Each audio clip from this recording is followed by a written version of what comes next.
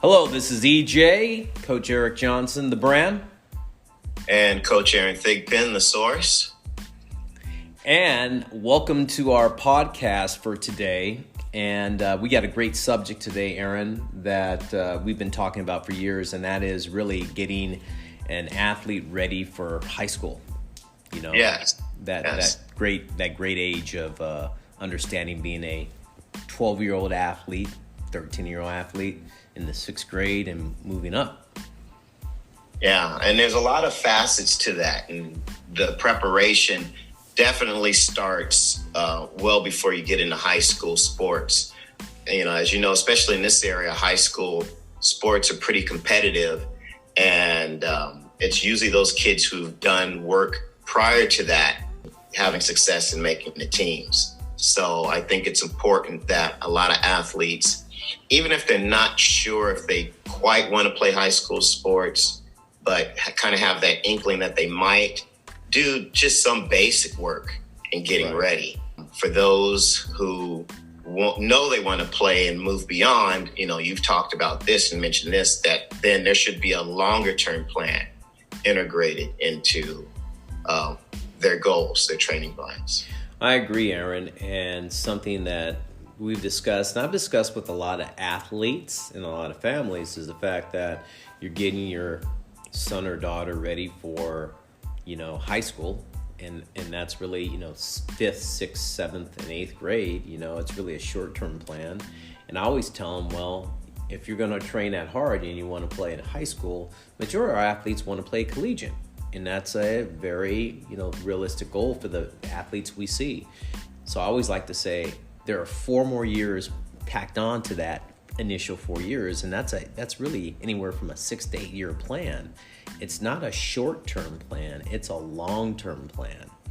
And once we get that athlete through those 6 to 8 years, then it's coming back to see us and coming back and training and not forgetting your roots. So I think it's important not to just say, let's just get that athlete ready for high school, but let's have a long-term goal and planning.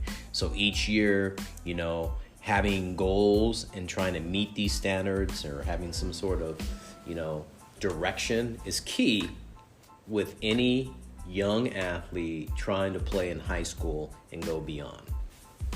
No, I think that's a great way to approach it.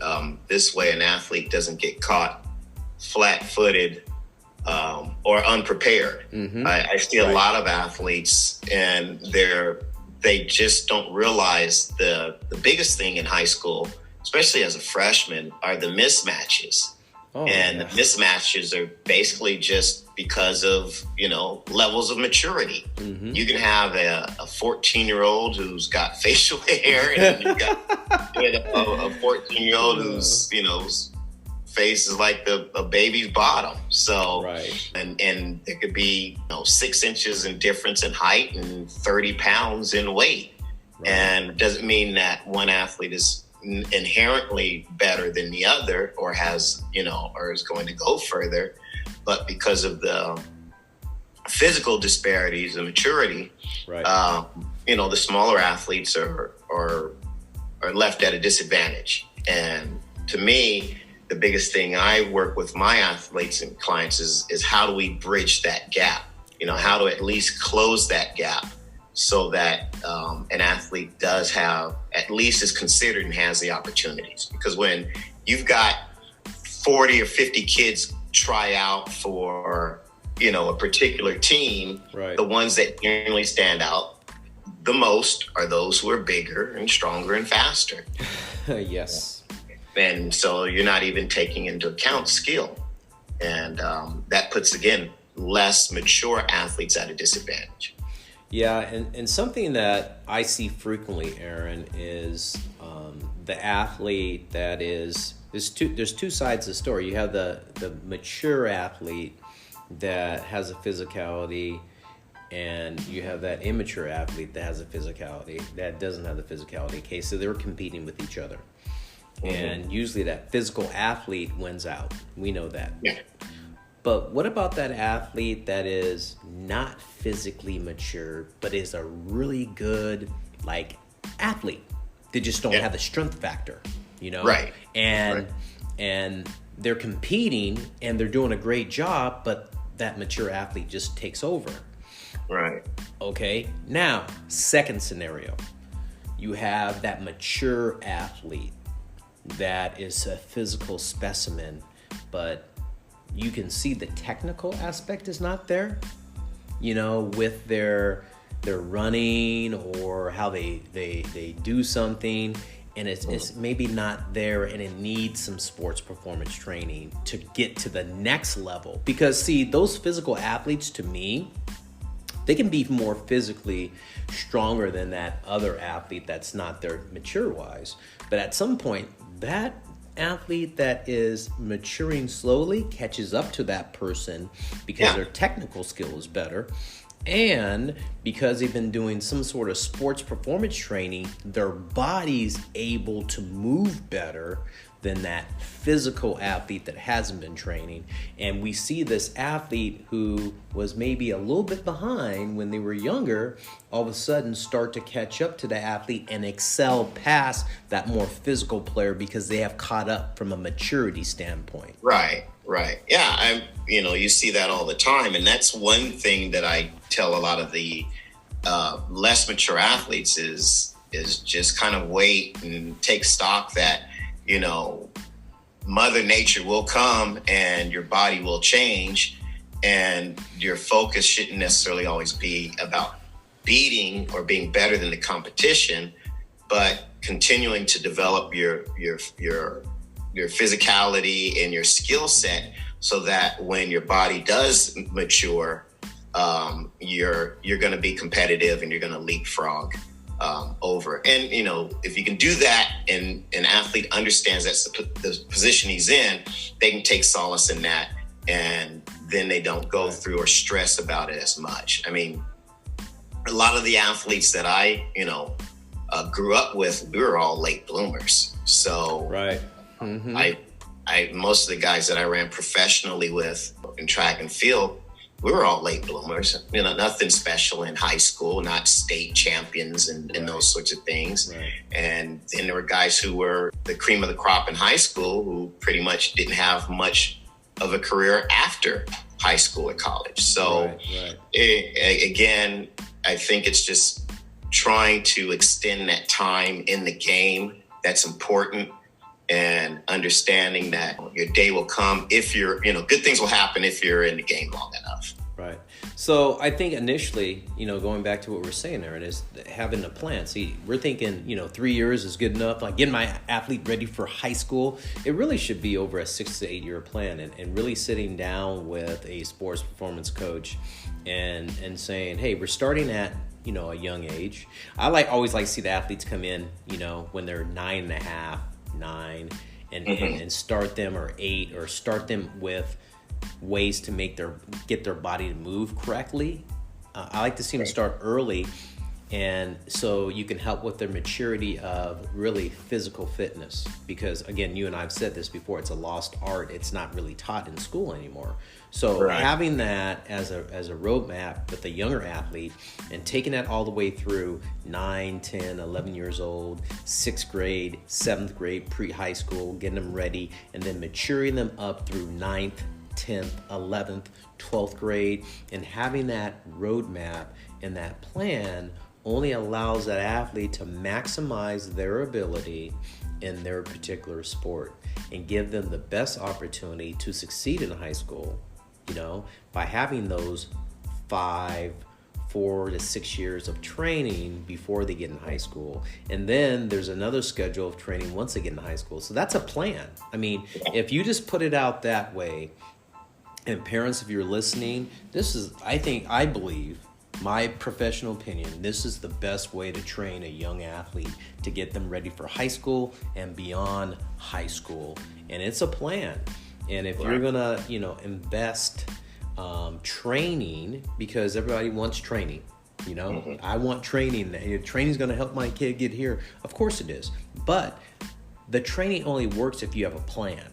It can't be one and done. I always like to say, "Oh, come in for this little amount of training in any sport, and I'm good. I've got some training." It's a plan. It's like anything. You go to school. It's education. It's just not like all of a sudden you go from first grade and you go to college. It doesn't work that way. Right. It's no different than sport. You really have to be conscientious about having a plan that works for your particular athlete, and that they're invested in, and they want to be there because it needs to be fun too. I mean, we all know that if a player wants to be there because it's fun and they enjoy the process, and I think that's key when you have a plan. Yeah, and I like the way you break that down into the 6 years, and maybe you'd even break it down even further from a building the athlete standpoint.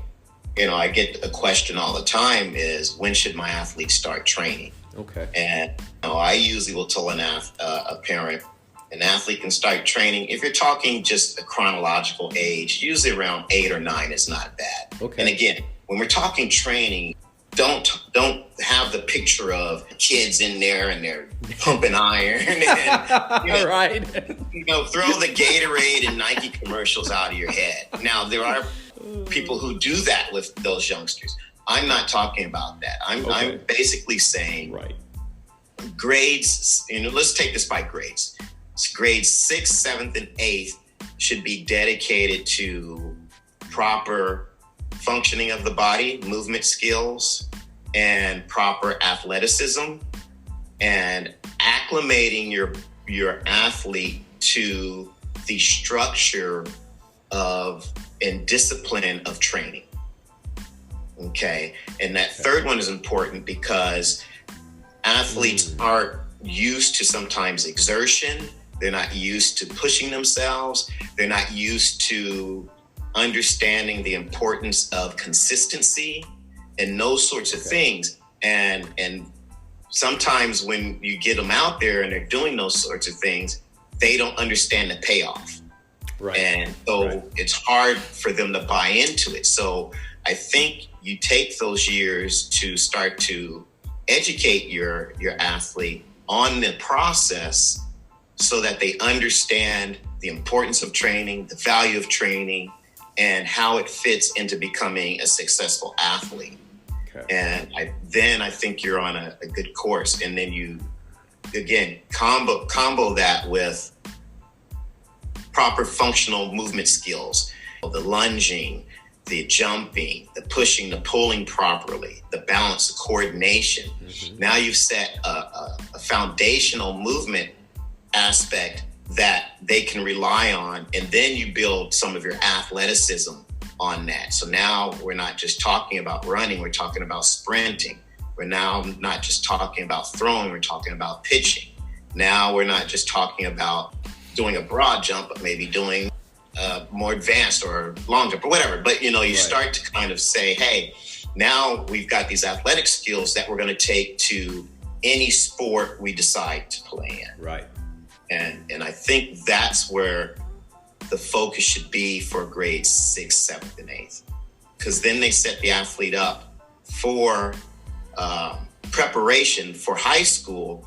And the other thing, it allows them to move into other sports. Oh, right. And because they have that athletic foundation, or they have that well-rounded foundation, because you know what happens when they get to high school, it's a different social setting. Right. And they may decide that they want to explore other sports that they didn't have access to.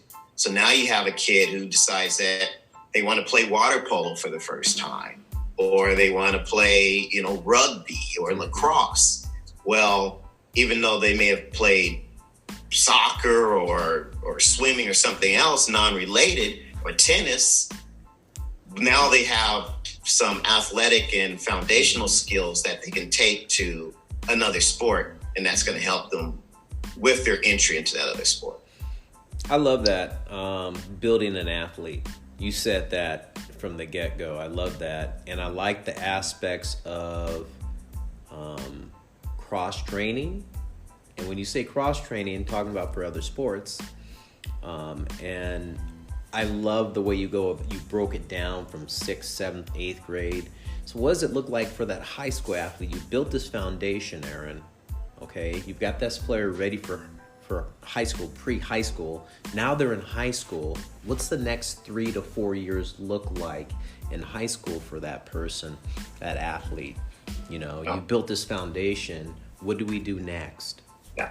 Well, a couple of things happen at the same time during this time period. You're talking about building more refined skill sets, because now maybe they've chosen a particular sport and a particular position within that sport that they want to excel at. Mm-hmm. We're talking about more tactical and technical training.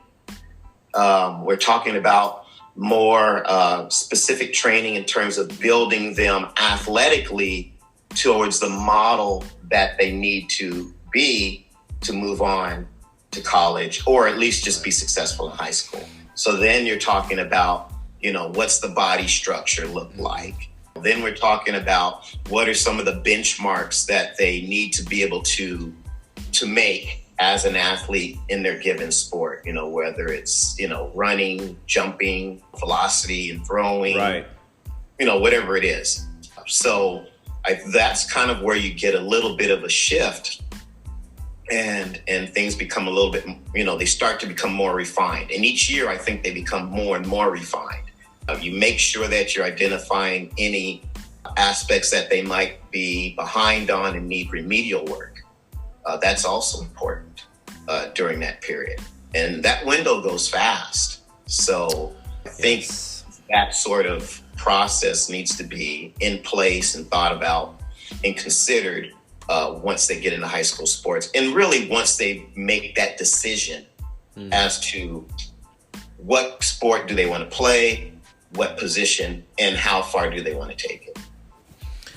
That's key, and I think, by you sharing the building of an athlete pre-high school, what it looks like during high school, we now have a plan for 6 years at least to get us to the next stage of our development as an athlete. So that puts a nice tight bow on it today, Aaron, with that subject.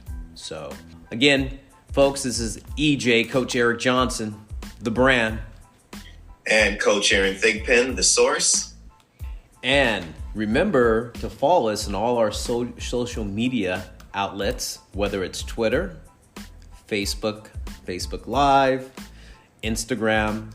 Please follow us, and we have a nice following now, and we like to share our ideas with you. And we like to hear feedback from what you have to say. Yes. All right, you guys, enjoy your day. See ya. See you later.